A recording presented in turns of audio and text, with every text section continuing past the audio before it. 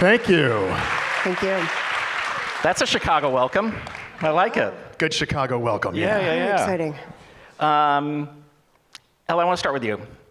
And I keep doing this myself, and I'm sure you're doing it because they told us not to swivel in the chairs. And when you do that, you're just like, oh no, I'm swiveling. But they're not squeaking. If they were squeaking, They're not I think squeaking. no, they're not squeaking. We're good. Okay. I think we're good. Well, we just want to make sure that people over there don't get the back of it. Exactly. Sight lines. Hi, everybody over here. Hi, everybody over here. Okay. So Make sure if I go this way, you go that way, and we'll be good. Okay. Okay. And I'll be in Scotland before ye. you talk in the book about understanding an individual's comedic sensibility. You kind of need to know where they're from, and often like what made their family laugh. So I'm curious with you a little bit of where you're from and where your comedy gene comes from. Comedy gene, that's a great way to put it, because we definitely have comedy genes in our family. So I grew up in and around New York Yay, thank you. Thank you. One of Mom, you. is that you, Mom? She doesn't, my mom is actually in New York right now. But we grew up in a house who happened to be Jewish, and learned that culturally, so we got one Jew and one person from New York. That's it. And one New Yorker. The one New Yorker. All right, this is good. This is good. These jokes are going to go over great in this guy.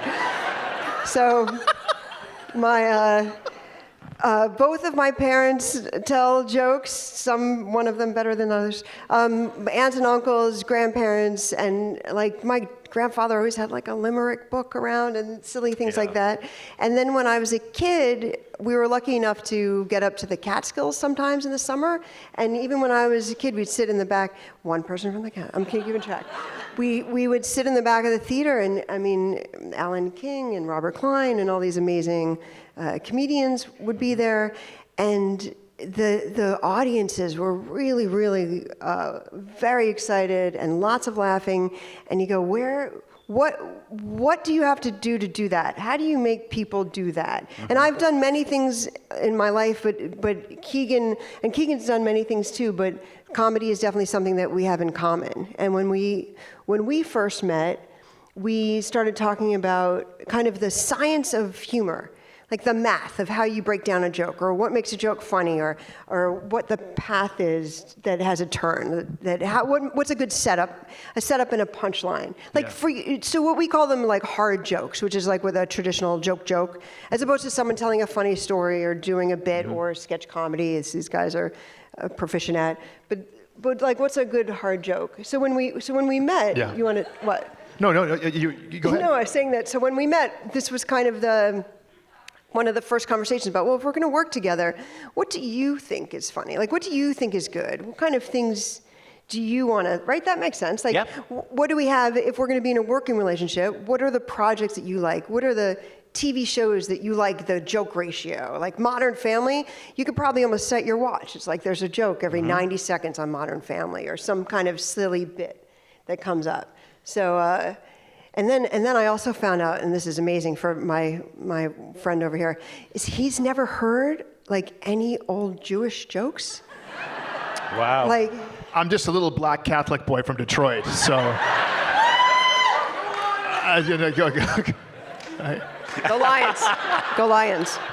Oh my God! Now I wish you weren't here, because now I'm just going to be thinking about you all night. Literally wearing a Lions jersey. He's wearing a Lions jersey. Is that about right? That's what we did? What's that? That was kind of our, I was going to say, that was kind of our first. That was our first, it was certainly at our first meeting that there was I did not understand, I had not heard any of these jokes, and so she was just on cloud nine. And the very first joke she told me, I laughed so hard, she couldn't believe. She was like, "No, come on, give me a break. You've never heard any of these jokes." And I just think, well, you know what? Tell them the joke. Do you guys want to hear the joke? Want to hear the joke? Is that okay with you? Do you want the first joke? The first joke you ever told me from our first meeting. I actually do remember. The reason why I remember the first joke I ever told him is because sometimes we're in a room and Keegan's like, you know that first joke you should tell that joke. So I know which one it is. Yes. Okay. Sometimes we're in a room with 900 people. Yeah. That's good. There's no kids, right? A couple? Maybe a couple? No? Okay. It's not that bad. It's not that They bad. can take it. I've told it in front of my mother. It's fine. There's a little kid, and if you know the answer, don't that bad. The punchline. They don't know the They joke. don't know. They don't Okay. know. There's a little. We've established there's only one Jew here. They This don't, is a lot of. they don't know This the joke. one's not Jewish. This is actually, it's a little more of an East Coast joke, but it works in Chicago, I think. There's a little kid, and he's smoking, and an old guy comes up to him, and he says, "Kid, you really shouldn't smoke. It's really bad for you." And the kid says, "Well, my grandfather's 95 years old." The guy goes, "Wow. He's a smoker?" And he goes, "No, he minds his own fucking business."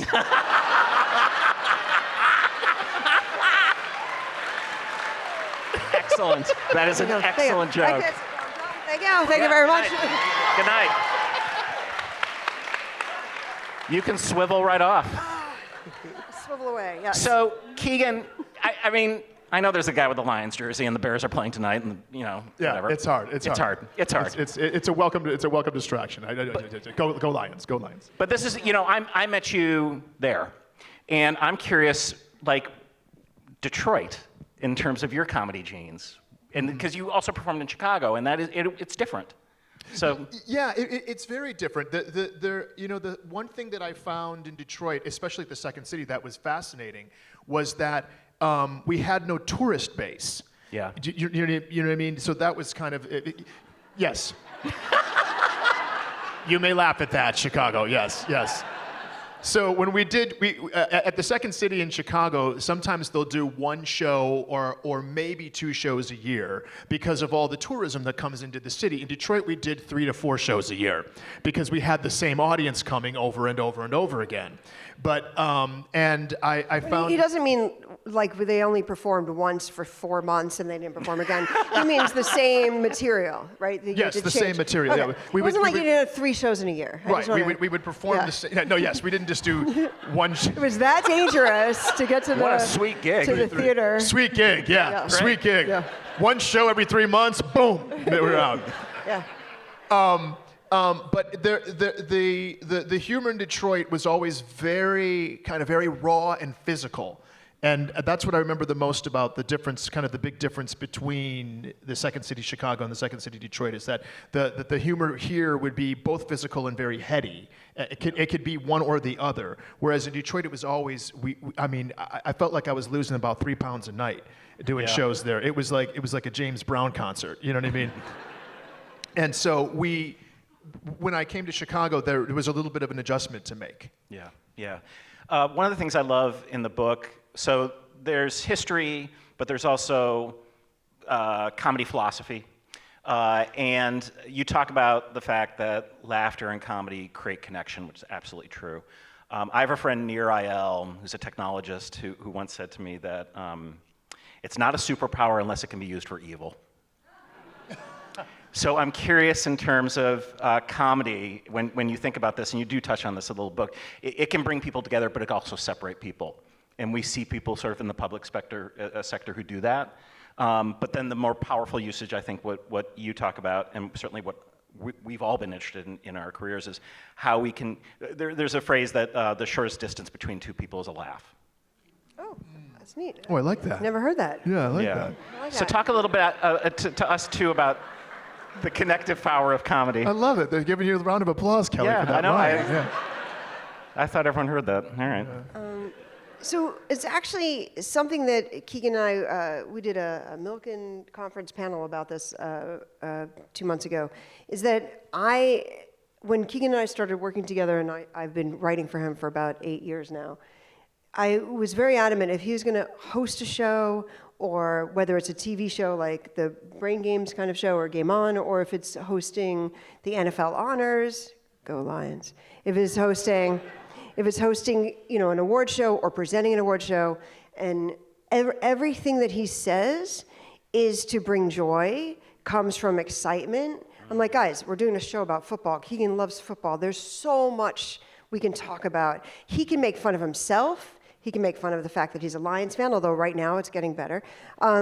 He can make fun of himself, but we don't make fun of him, and we don't make fun of anyone else unless they're in on it, or they're included, or they're part of it. Yeah. Thank you.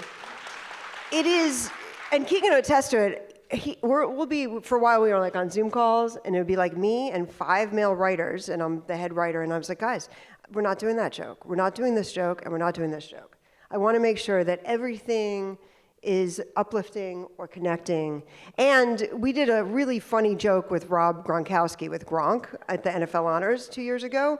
And so I wrote this bit where basically, some writers pitched some jokes, but Keegan is singing a song and he's going through, and I kind of made a little family circus cartoon of where Keegan goes and who he sings with. And then he gets to a point where he says something like, or the guy that came back to play with his best, who retired, but he came back to play with his bestest buddy, and he's supposed to just say, we're back. That everyone else has been singing the song, we're back, we're back, we're back. He gets to Gronk, and Gronk just kind of smiles and nods, and Keegan stops the music, stops the show, stops everything. Hey, that's you, buddy. Gronk, that's you. Oh, my bad, Keegan. Well, you want to be part of the song? And Gronk's like, sure, what do I do? He says, well, I'm gonna sing, and at the end, I'm gonna, all you have to do is say Gronk when I cue you. All right? So then, Keegan does this rap. It's really cute. He's like, this whole thing, the whole rap is about Rob Gronkowski. And then I literally wrote the last line as, and when I drive, I like to honk. I'm sitting right here, and my name is, and then he goes, Rob.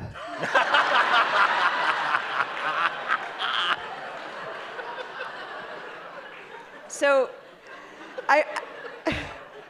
Is this on purpose? It's the opening of the NFL Honors 2 years ago. It's super fun. So he's funny. I said, look, this is so, and I rehearsed with Rob. I called Rob. I said it's okay. Yeah. And I said, so these are my thoughts on this, Rob. You can either say Gronk, and Keegan's going to be so excited that you got it right, or you could say Rob. And I even gave him trigger fingers. Yeah. I was like as if he got it. And he says Rob. And he's like, no, it's funnier if I say Rob. Yeah. Rob Gronkowski says, it's funnier if I say Rob. Yeah. He's brilliant, he's perfect, and he hits it out of the park. And he's in on the joke. Yeah. He's in on it. Now, someone watching it might think, oh, wow. But he was in on the whole thing, and that's what he wanted. And I really feel like everybody here laughed. Everybody laughed at the show. Rob looks good. He looks like a great sport. The whole thing works out. And then I actually had Keegan say, that works too. 3, 4, and he gets the band back in, and that whole bit. And it was lovely because we didn't make fun of Rob. We called Rob and said, hey, do a bit with us. What do you say? Right? Yeah. But yeah. I fight for that every day. I fight for that. It's not easy. So Keegan, can you define bit? Can I define bit? Within a comedy structure, whether it's like a joke that she just told about the little boy, or it's in a sketch. A bit is the moment that you understand the game of a scene or the game of what's happening right now. So we're probably a bit is every time we go to this gentleman right here in the Detroit Lions jersey. That's gonna be a bit. Trust me, we're gonna talk about him at least 6 more times during this evening. It's so that go-to moment, that moment and the reason that you laugh is because it's something that we all share now. We're all in on it here together. He's happy. He's got his jersey on. We're 3-1, and everything's new in the world. Dogs and cats living together. The Detroit Lions are good. So every time we mention the Detroit Lions, there's going to be some titter or giggle because we're all in on it. We all know that this is something that's happened tonight. It's ethereal, right? Yeah. It will never happen again. It will never happen that he's sitting in that seat, that he said go Lions, that we're all together. So the bit, that's the bit of that particular, or I should say, that is the bit. And it's difficult to describe, but what happens when we're on stage, or actually, I'll use an example. You and I remember we were talking yesterday about, or 2 days ago, about Nichols and May. Mm-hmm. And there's an old Nichols and May sketch. Mike Nichols and Elaine May, who were a comedy team. Yes. Yep. Well, Chicago, and certainly a lot of Chicagoans OG. know Nichols and May. And there's a sketch where they're playing, where Nichols is a doctor and May's the nurse, and they're in the operating room, and the doctor goes. Okay, I'll do the. Okay, the doctor goes. You ready? I'm loving this. It's pretty easy. It's not a lot of lines. Okay, go. Oh, now you got to imagine too. This is not a visual performance. This is a. Everyone just verbal. close your eyes. It's like a regular. Yeah. No, I'm teasing. Everybody it's like hear the mind. And the record. It's like a record. You put on a record of these sketches, which is amazing. And so they start off by Nichols saying, "Gauze." Gauze, doctor. Thank you. Gauze. Gauze, doctor. Gauze. Here's the gauze. Gauze, please. There's no more gauze, doctor. There's no more gauze. No, there's no more gauze. It's Penske, isn't it? So what? He You're thinks dating- the nurse is dating a different doctor, and that's the whole, that's the bit. I don't know the next line. That's okay. That's okay. I'm just going to explain. But the bit is that once the bit she is- says the bit no for gauze, he's like, it's because of Penske. Well, but there's two bits. There's two bits. The other bit, of course, is that I could say gauze probably 15 times in a row, and you guys would keep on laughing. And then that thing where someone does something and it's funny and then it becomes unfunny and then it becomes funny again and then it becomes unfunny and then it's funny again. It depending on how many times you do it. It's like Will Ferrell in The Shed. Get off the shed! Mm-hmm. Get off the shed! Do you guys know that? The story about that? Yeah. You guys know that one? Yeah. From SNL. Get down off the shed! Are you on the, get off the shed! And he could just keep on saying, get off the shed, ad infinitum, and we keep laughing, and that's the kernel of what a bit is. Yeah. One of my favorite stories about this was Neil Flynn, who is an alum of the Second City. You might know him. He was the janitor on Scrubs, and he was in the middle. Also an actor who performed at Steppenwolf. Yes. And he was at Steppenwolf, and he was talking to the late Martha Lavey, who was the artistic director, and he was saying, yeah, well, when I did my one-man Guys and Dolls, and he keeps mentioning these shows he was doing, and then Martha stops and goes, oh, is that one of your lies? Is that one of your lies? Yeah. And he goes, we call them bits. Technically, they're lies, I guess. And bits comes from Bits comes from Konstantin Stanislavski, the acting teacher from the 1800s and the early 1900s. It comes from him because he used to talk about the Stanislavski system or the method, and he would talk about these different beats, the beats that come in each. In the midst of a scene, you'd have different beats, and what he was actually saying, it's funny, Stanislavski was saying bits. You're going to do this bit, and then you're going to do this bit. But because he was Russian, he was saying, and we're going to do this beat, and then we move on to this beat, and then the character will move to this beat. And that's where we get the phrase beats from in acting, is that Stanislavski had an accent. I believe that. Is that one of those things where you go, is that true? Is it? Oh, it sounds Which good, though. statement is true? It sounds good, right? Good. It sounds true. I would just, I once heard. Yes. Just in case someone's like writing it. Keegan-Michael Key said it was. I believe it. It sounds good. I like that one. It's a good sounding story. I like that story. I've never heard that story, actually. Yeah. And by the way, that was a fantastic Russian accent. He does a lot of accents. And if you haven't heard the podcast, The History of Sketch Comedy, when I pitched the idea, I said, we're not getting any footage. Do you know this? We don't have any clips. We don't have any clips. We don't have any footage. We have no licensing. Mm-hmm. I said, Keegan's just going to do every voice from every single sketch. And Keegan was like, what was your... I was like, I'm sorry, what was that? I'm doing what now? Yeah. So we have, killed the audience pre-submitted some questions. Yes. I'm pretty excited about these. So Susie Hall asks, does Elle come up with all the funny jokes, but Keegan-Michael just repeats them and says them louder? And Where are you? Where are you? You're my best friend. Where are you? Love this woman. And in parentheses, what my husband always does to me. A double burn. Keegan's my favorite actor. Mm-hmm. And as a director, I've had the privilege of working with a lot of fantastic people and a lot of not so fantastic people. And if I could pick someone to put in a project, it would be him. So I've been very lucky.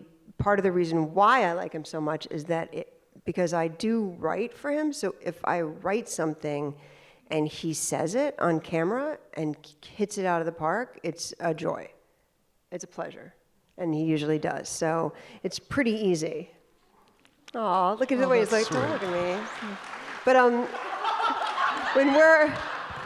when we're on set on a commercial and I'm not directing, now I'm in trouble because I'm going to say it again. I'm not directing, and I'm there as a consultant or doing some writing notes or some copy stuff. I will text him sometimes and be like, hey, hit this word the next time you say that line. You know, and then It's stealth directing. stealth. Shh, don't. Nobody. This is the circle of trust in here, right? It's nobody's just us, telling guys. It's just us. But Yeah. because part of it though, but the biggest reason why is because I know what he can do, and I write anything that I've ever written for him is to lift him up and make him shine in the most Keegan-Michael key way he could shine. Thank you, honey. You're welcome. So, but he does let me. I mean, look, even here, he's like, Elle, you tell that, right? Tell Yeah. the joke. Tell a joke. You want to tell another joke? You want to hear? Of course, you want to hear another joke. These are the best jokes. Will you tell my favorite joke? Which is your? My favorite the joke. Short one? The short one. Yeah. Okay, only because it's short. This is a short joke. So back to the nice Jewish girl from New York thing. I was like, you don't know, there's so how many jokes start like there's an old couple, there's an old thing, like those jokes. And so when I started telling Keegan these jokes, I was like, oh my God, my family's going to lose their damn minds when they meet you. Because they're like, he knows nothing, he knows none of these jokes. Boy, I got jokes, So sometimes we even call my dad, and we'll hear a joke, Keegan will lose his mind, I'll call my dad, and I'll just give my dad the punchline, and my dad will tell the whole joke. It's pretty awesome. pretty amazing. It's awesome. It's pretty amazing. Yeah. And he's 82, and he's like, I got this one. I know this one now. Okay, so that's a lot of setup for 2 lines. That's the most. Larry's like, yeah. Let's hear it. He's like, all right. So this old lady, she yells downstairs to her husband, and she says, Morty, why don't you come upstairs and make love to me? And he says, fine, but I can't do both.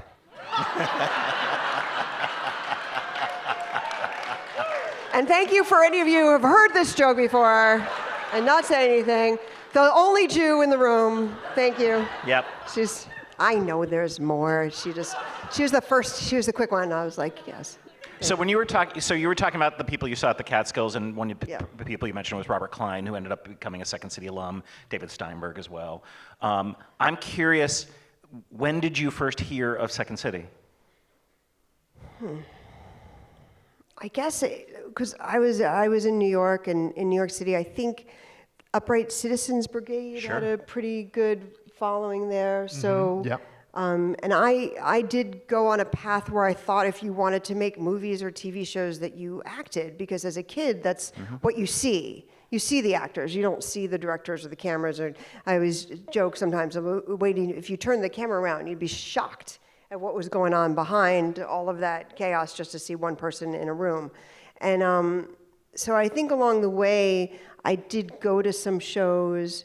So somewhere along the way, I probably had learned about people at SNL. Yep. And you say, okay, well, where did they, Gilda what was their Radner. path, right? Yeah. What was Gilda Radner's path, or what was their path? And then you go Second City in Chicago, or they go to school, and you go, we don't have any money, I'm not going anywhere. So what's here? Is there something closer? Yeah. And they'd be like, oh, you can go to maybe it was UCB. at UCB and see a show. Yeah. But I spent a lot of time working in theater so that I could see theater. Sure. So I was one of those kids who, out of college, there was a theater company in New York that doesn't really exist anymore. It's called Naked Angels, and it was Matthew Broderick, Sarah Jessica Parker, terrific Marissa group. Tomei. And someone had mentioned this, and they said, boy, if I could go back and do it again, I'd find a theater company like Naked Angels. And Really? yeah. Yeah, that's great. And then at the end, what? No, that's You great. know that? Okay. So when I was finishing up my senior year of college, they said I would do anything. I'd sweep floors, clean bathrooms, stuff envelopes, whatever you could do. So a couple weeks before I graduated, I said, hi, my name is Elle, and I'm graduating from Syracuse, and I'm directing a 3-camera live television show at school right now, which happened to be a comedy show, and like a TV sketch comedy show. And I want to come and help and volunteer. And they were like, great, can you come on Tuesday? And I was like, I can stuff envelopes. And then I started reading stage directions and stage managing and running lights, sound. I was like, whatever I can do. I'm going to be there, waiting tables at night, coat checking at a gay bar on the Upper East Side, whatever I could do so I could be at the theater during the day and do whatever I could. I think this is an important thing for people to hear too, because I got my start as a dishwasher at Second City in 1988. So, and Keegan, your path wasn't always pretty. No, for me, everything happened in school. Yep. For me, mostly because when I was in school, the small little Catholic university that I went to, the University of Detroit, was a theater in the community that I grew up in, where the shows got reviewed. It wasn't just kind of an insulated university experience. It was one of the theaters in the town, if that makes any sense. So people spent a lot of time reviewing the shows there, and we ran our theater department like a theater company. And so for me, it was staying up till 3 o'clock in the morning and hanging lights and then doing carpentry and coming, going home, taking a shower and coming right back at like 6 a.m. to finish up. And it was bliss. Every moment of it was bliss, because I got to, just like Elle, got to be around theater. That's all that was important to me. And if I couldn't be in the plays like Elle, I wanted to watch the plays. So I would volunteer to be the light board operator, or volunteer to be the guy who was patching the lights backstage. And just anything to be in the sphere of theater. My son Nick, who's just turned 26, he quit his corporate job in Chicago and just got an apprenticeship at the Shakespeare Theater in Atlanta. And thank you. And he told me the other day he got cast in Romeo and Juliet, and he was cleaning the toilets. That's fantastic. It's the best. Seems about right. Keegan, you said something in the book that I really loved, and you said at the Second City, quote, there was always a parachute, and I learned that parachute was my imagination. Yeah, it's did I say that? She wrote it. Yeah. To answer Susie's question. So the book is Keegan's life, Keegan's journey, my interviews of Keegan, my understanding of Keegan, and some of it is my interpretation of Keegan. So This is the best. So This is just a really long, roundabout way of answering that woman's question. So I have a different, let's say, so Keegan's voice, which I've kind of been writing for about 8 years, all of this stuff everything in this book is Keegan, history, and then some of my journey and my life. And I really felt very strongly, and this is the first room, again, this is the sanctuary here. I felt very strongly that the book has one voice. I thought that it should have one narrator, it should have one tour guide, let's say, through the history. And Keegan's life and journey has all of these amazing places. He really did work in a Renaissance festival. He really was at Second City. He's the only, by the way, I don't know if you know this, he's the only alum from Mad TV to ever host Saturday Night Live. That does not happen.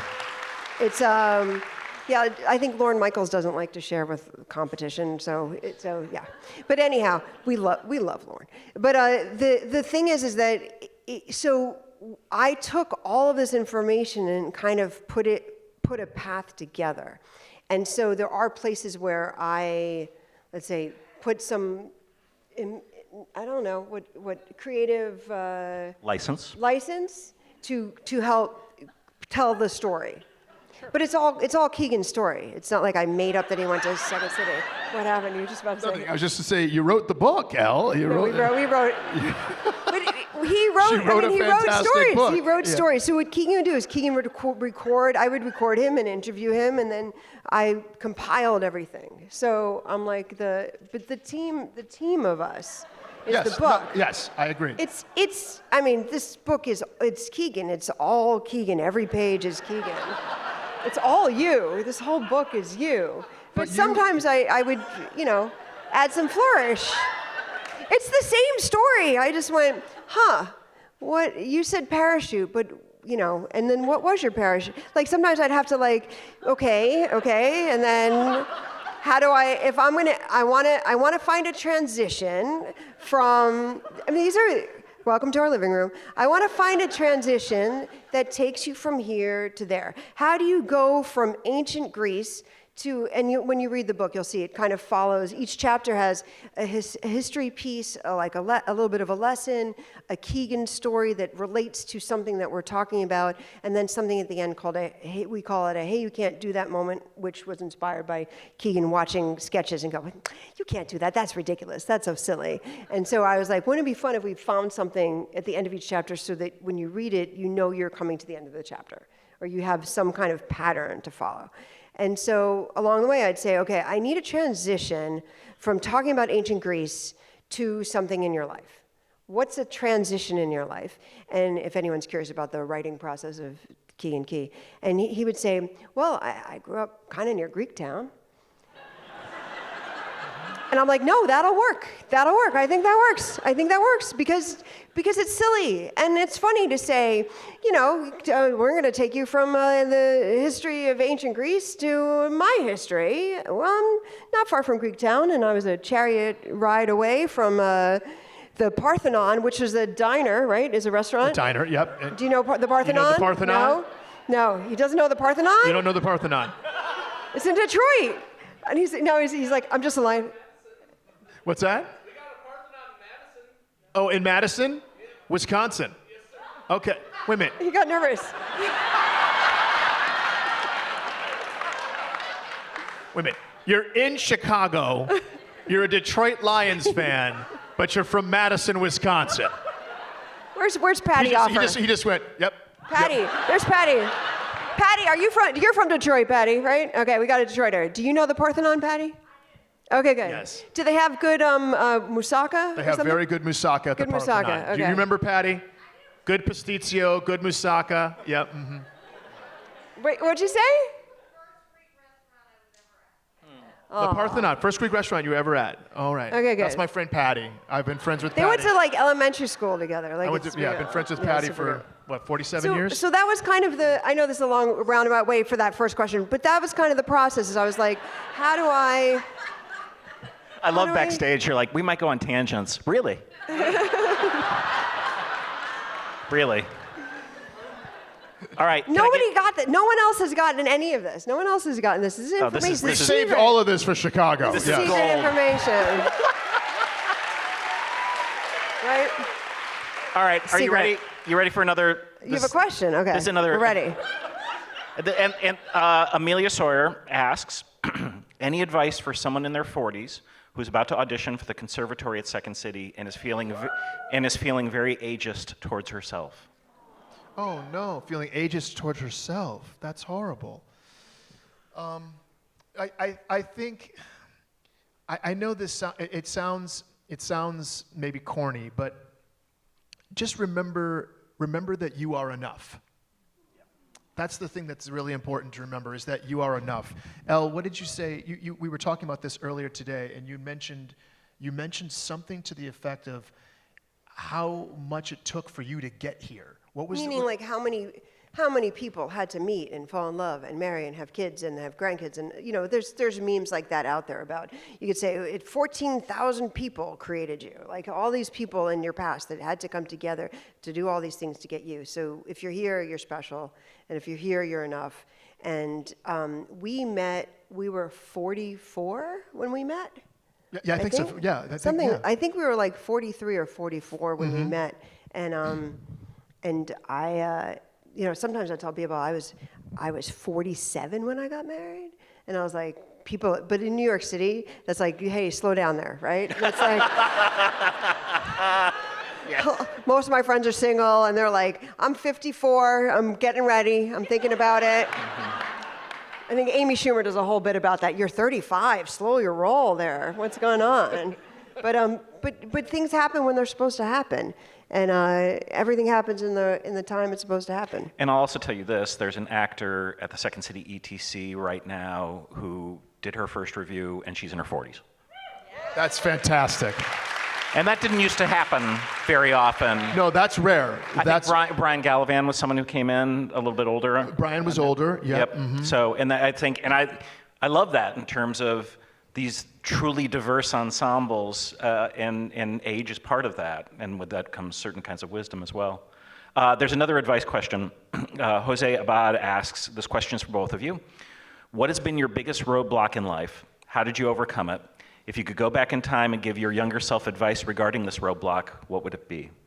Interesting. Yeah. It's funny because we, as far as I'm concerned, we just mentioned it, which is there are those times where I don't feel like I am enough.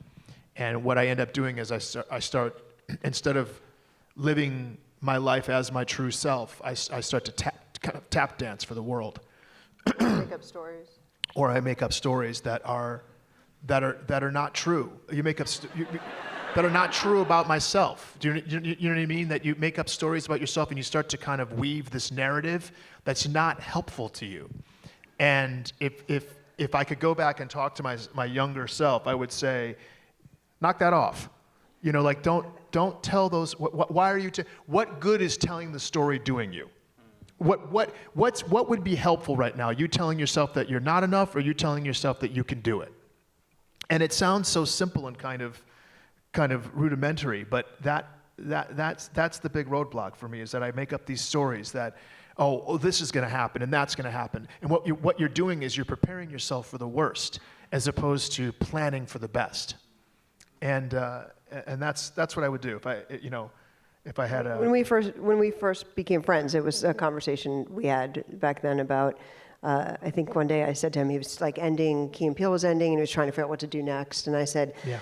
And I know there's some Tony Robbins version out there of this, so forgive me. But it was, if you didn't have any stories standing in your way, what would you do? If you didn't make up stories.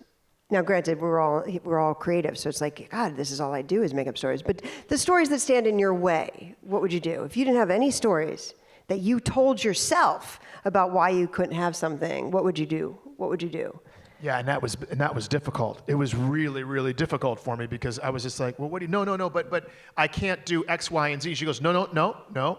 If there were no stories, if there were no stories in your way, what would you do? And I go, but there, no. If there were no stories in your way, I would want to do this, do? but immediately he'd say a story about why you can't. Well, okay, I would want to do that, but I can't because, can there be a little space between what you want and your story about why you can't have it, and make that space bigger and bigger and bigger, and maybe never even say the other part. Yeah. I'll just add that there's a wonderful phrase in our work in improvisation at Second City, and we say you need to play the scene you're in, not the scene you want to be in. That's right. Yeah. So, and that's about being fiercely present in the moment, which is a great way to live your life. So we're all comedy nerds. What I want to do is talk about who. In the book, you talk about a lot of great comedy, and so I remember. The Music Box here did a Marx Brothers retrospective, and I took my kids, and the minute Harpo came on the screen, everything changed for my kids. Oh, really? They just never seen it. They loved him. And they loved Groucho too, but it was Harpo. And so I'm curious for you in terms of either that for yourself or just shows or people, comedians that you want this audience to know about. And they can be contemporary or past. There is a comedy team that we mentioned in the book called Bob and Ray Goulding and Bob Elliott. For those of you, yeah, that's good. They Bob Elliott is actually the comedian Chris Elliott's father. Yeah, and he and his partner Ray Goulding, some of the funniest spoken word comedy that you've ever heard, and they rival Nichols and May in a way. But there's this that's somebody that I think that people should really know more about. We haven't talked about this. When my dad was, so my dad, Roy Leonard, was on WGN radio here for years. He started at radio in Boston when he was going to Emerson College, and he used to line up to go into the studio audience. They had a small studio audience, about 10 people for the radio show for Bob and Ray. For the radio show? Yeah, when he was in college. Did he really? Yeah. That's fantastic. So one of the things that Bob and Ray did is on their show, they would do these characters or bits that sound like real interviews, like a real interview, and it takes you a while to realize that they're not real interviews. Like they sound, it's like so real. So they did a bit with a guy who's interviewing someone who's in town, and he's in town for a convention. And do you want to? We'll do a couple lines of it. We'll do it until people fall asleep. Okay. Right. So you want to ask a question? Yes. So, ladies and gentlemen, welcome. We've never done this in public, so this will be interesting. Okay. Yeah. We're both kind of familiar with it. Okay. Ladies and gentlemen, we have a gentleman with us here today who is part of an organization that is having their yearly convention here at the convention center. And sir, would you like to introduce yourself and tell us what you're here to? I don't know what his name is. Excuse me 1 second.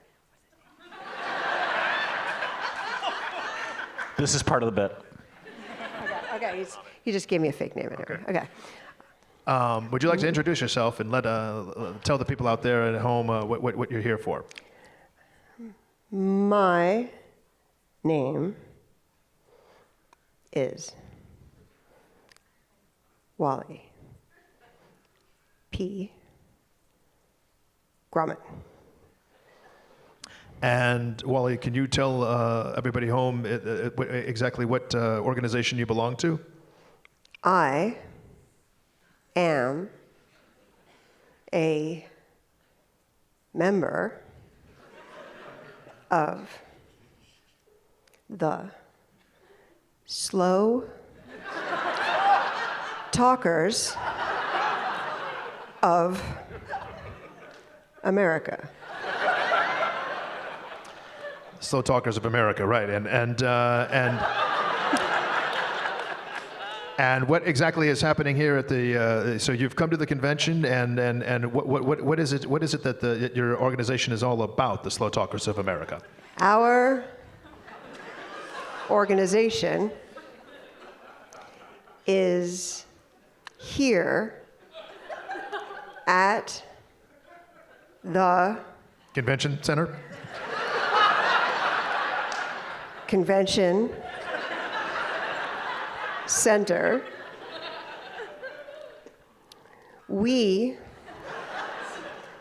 believe that words and phrases should be speaking slowly. Should be speaking slowly. Be spoken slowly. But it's so great because whenever he says slow talkers of America, he starts going, America, America, America. And every time they go through another round, you could see he gets angrier and angrier and he tries to cut him off. And then he says, our 500 members and 4 members, like he's going, members.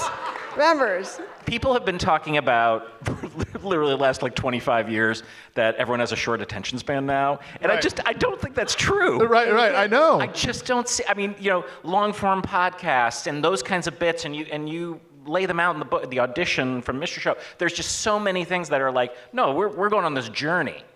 And so we only have a couple of minutes left. But we did break the book up into lots of sections. There's pictures, there's interviews. It's like there's a lot to keep it busy. So that it's not 300 pages of words. No.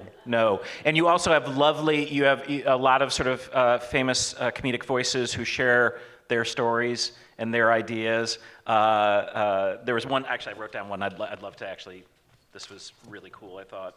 It was Dr. Ken Jeong, who was in Community, and he's a panelist for The Masked Singer. And he writes, when you do an improv scene in comedy, you're trying to find the truth of the scene. It's the same thing in medicine. He was a doctor. When you're diagnosing a patient, working with a patient long term, you'll keep using diagnostics, keep thinking, and keep educationally improvising until you get to the truth. Yeah, it's really great. Saving lives. Mm-hmm. I think comedy does that too, in a little bit. Yeah, I think comedy saves lives. I think comedy saves lives. I think Jim Carrey, who we spoke to, who's in the book, Jim Carrey talks about in general how comedies help save him, and so did talking about comedy saved you. Alan Arkin. Alan for Arkin, sure. but we didn't interview Alan Arkin. No, in the book. That we interviewed in the book. Yes. From Tracy Morgan. Tracy Morgan. And Tracy Morgan, you said that comedy helped save his life. Watching Key and Peele, he was in an accident and it's pretty bad, and he was in a coma. And this is fun stuff. This is funny. And he said that he would watch Key and Peele and watch stuff that really helped him. And he has a really, really good sense of humor about it. And when Keegan and I got him on the phone, and I was like, okay, Tracy, I have these questions, and I'm trying to kind of figure out the mental math of who's going to go in what chapter, and I'm going to try to maybe ask questions like, these are the 3 or 4 chapters I think you might fit in, and where do you go? And so I said to Tracy, I said, is there will you be Tracy for a second? He does a good Tracy. It's pretty good. Is there like there's a lot of movies, we talk about movies that feel like they have sketches. There's some movies that are made of sketches and some movies that have sketches in them. Is there a movie that influenced you that is a sketch movie or a movie that has sketches? Blazing Saddles.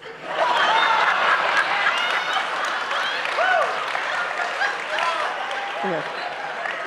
So is there so if there's a way for you to answer the question, somehow using the question, because I've worked on a lot of documentaries, and you don't want to be, there are different ways of doing it, but I don't want to be in it. So I'm like, okay, if you can find a way to say the answer again, but like maybe elaborate a little bit about what you mean or what it was about Blazing Saddles that you liked, okay? Richard Pryor.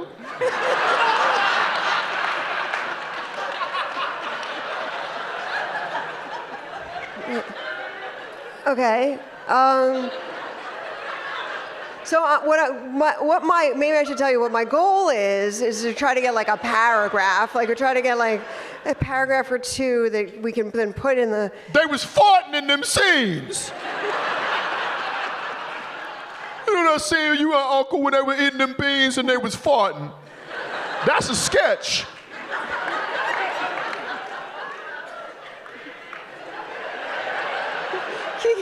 Keegan once said to me, he said, I met this guy. He said he went to high school with you. Do you remember this guy? And what did Tracy say? He said, you told Tracy, I said, guy I met this guy that you went to high school with, and he was like, hey, man, listen, Key, I got hit by a truck, man. I was in a coma. I don't remember everybody I went to high school with.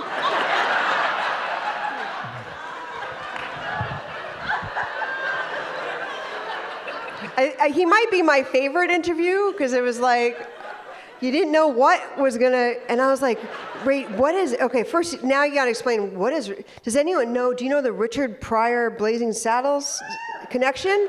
Do you know there's a connection? Was he a writer on it?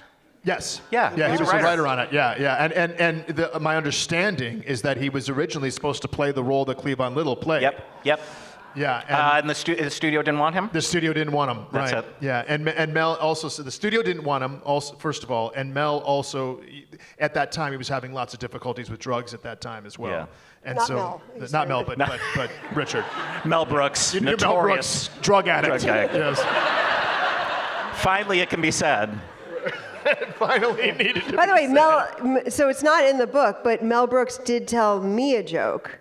So Oh. I told him the kid smoking joke, and of course he thought that was cute. And he said, "Oh, I never heard that. Didn't see that coming. Didn't know that." But this is not a joke that I usually tell, but it happens to be the joke that Mel Brooks told us in the interview last year is. So forgive me, this is not in the usual rotation. But the joke is, there's a guy goes into a store, goes into a deli, he goes up the counter, and he orders like a bagel or something. And while the food's getting ready, he sees behind the deli guy, there's like a shelf, and it's just boxes and boxes and boxes of salt.